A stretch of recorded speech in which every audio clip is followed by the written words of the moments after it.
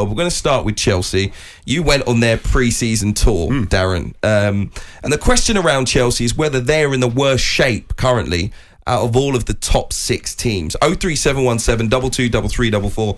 If you want to answer that question, they still don't really have a recognised striker.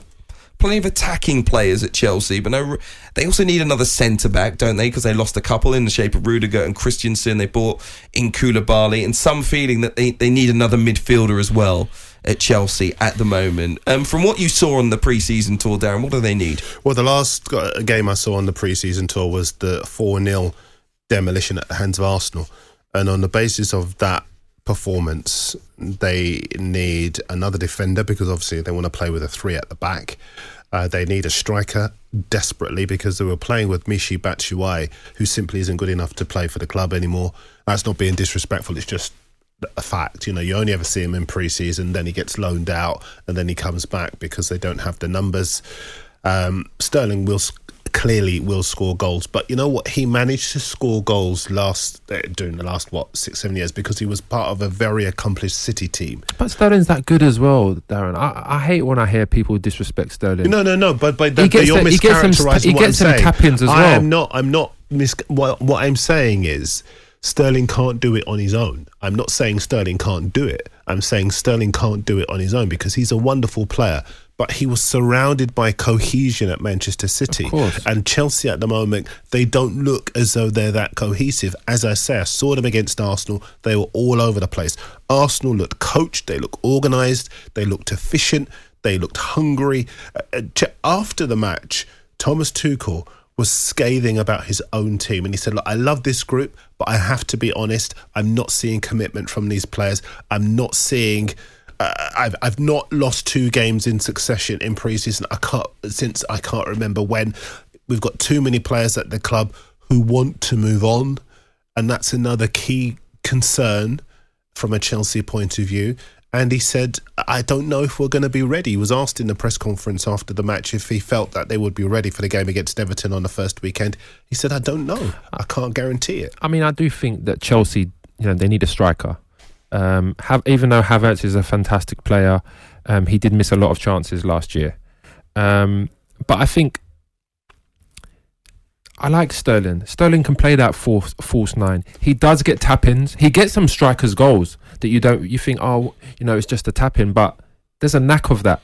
Reading the game and getting in there. You're making about Sterling, and it's not about Sterling. Yeah, but I'm saying if he has to play there. But what I'm saying is my concern is about the general state of the team, not about Sterling. There are no question marks about Sterling. He's proven. He's won 4 titles. We know he can score goals. We know he can score 20 goals in the season if need be. What's in the youth? Well, Broja looks as though he's going to go elsewhere. I'm very surprised Broja didn't play any pre-season minutes out in America because really you would have given him those minutes instead of Batshuayi, but he didn't get those minutes. He done well last year at Southampton. But it might well be that they feel he's not ready for the pressure that comes with leading the line for Chelsea. They were beaten to the punch for Robert Lewandowski by Barcelona, who seemed to be just waiting for Chelsea to make a move for players and then basically jumping in and taking whatever target they're in for. And if you look at City, they've got Haaland, they've got Alvarez. If you look at Liverpool, they've got Jota, they've got Firmino, they've got Salah, they've got Diaz. You look at Tottenham, they've got Son, they've got Kane, they've got Richarlison, they've got Moura who can score goals as well, Kulusevski who can score goals. I look at Chelsea and they do have Ziyech and Pulisic and Hudson-Odoi. But some of those players, they want to move on to play more regular first-team football. Werner hasn't justified the £45 million they spent on him. And so, as I say, Sterling can do it, but he can't do it on his own. It's not fair to ask him to do it on his own. And Tuchel himself was saying in that press conference, this is the situation I was most concerned about because we need those reinforcements if we're going to be able to punch our weight in this league, given the strength and the recruitment of the other teams. Obviously, we've all seen that Ronaldo wants to leave. Hugh, if he leaves, do you think Chelsea would try and sign him? No. Why not? He scores goals. He scored 20 last year in a struggling Man United team. I'm aware that he's not a player that they want.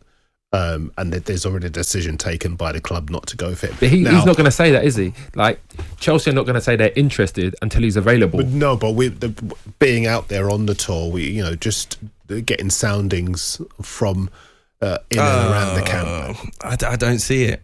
What? I don't see. Listen, at this point in time, there's a decision that you can make around Ronaldo.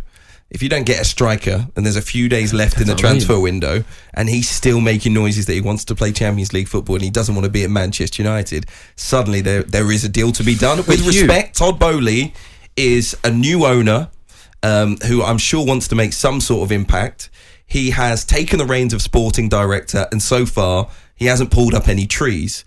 You sign one of the greatest players in football history at the end of the transfer window, and the landscape around you as an owner, around the football club, branding alone, and his ability to score goals. And I'm sorry, it's a win-win-win. I don't think it is. And why? I'll tell you why.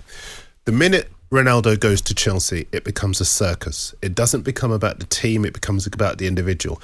If they have a game where they drop points, the camera is on Ronaldo. It's not on everyone else. Every team that he's been at, each of his last two teams, for example, Man United, Juventus, Ronaldo scored goals, but the general output of the other players within the team has gone down. Each of the last two seasons, he's been at clubs where you get to the summer, he disappears. Oh, why? Where is he? Oh, he's got this to do, he's got that to do, and suddenly he doesn't come back again. And really, what you want in a team is a unit, a group of players who are prepared to fight for each other, not just one player who is looking out for himself. And that's what Ronaldo is at the moment. He's an individual.